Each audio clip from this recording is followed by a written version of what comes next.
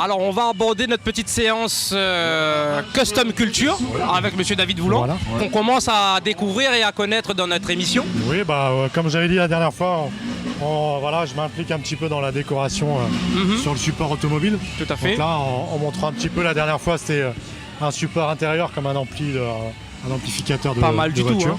tout. Hein. Et là, là, on part sur une déco de capot, une décoration sur le thème de la journée, Fast and Fast and Furious. Furious. Donc avec toute une réalisation, donc elle sera en noir et blanc et en couleur bleue pour la... D'accord.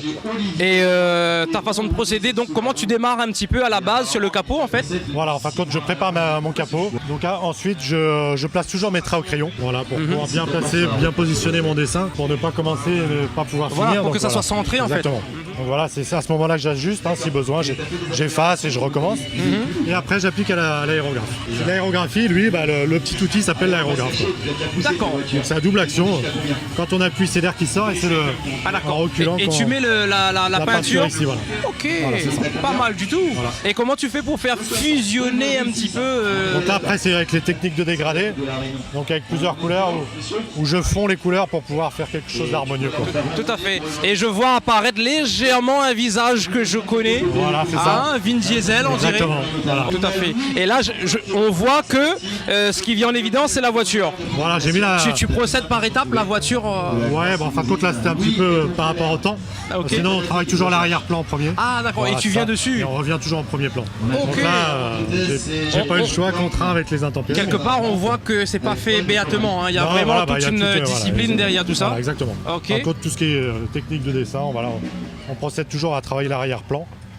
Et après, on revient toujours au premier plan pour finir.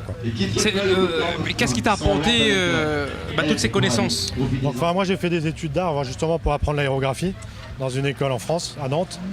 Donc toujours dessiné, et puis en tant que motard à la base, j'ai voulu décorer un petit peu les casques, les motos.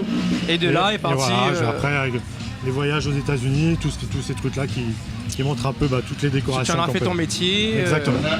C'est pas merveilleux ça quand même? Ah oui, de vivre de sa passion, ça prend beaucoup de temps, faut être clair. On voit bien que dans cette activité du tuning, il y a un gros potentiel et notamment pouvoir créer sa propre activité. Exactement, bien et c'est sûr. quand même très intéressant. Bien sûr. Et avant de clôturer un petit peu, l'esprit de Fast and Furious, pour toi, tu as déjà regardé Bien sûr, oui. J'étais présent déjà la dernière fois au 5, donc présent pour la même journée.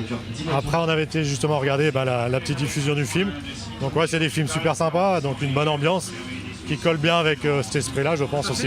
Et au niveau de l'aérographie, dans quelle édition, dans quel volet de Fast and Furious on a vu plus de travail effectué en aérographie? De tête comme ça, j'ai plus trop de mémoire, mais je pense que dans les 3, on voyait pas mal de décorations sur les latéraux, au niveau des voitures.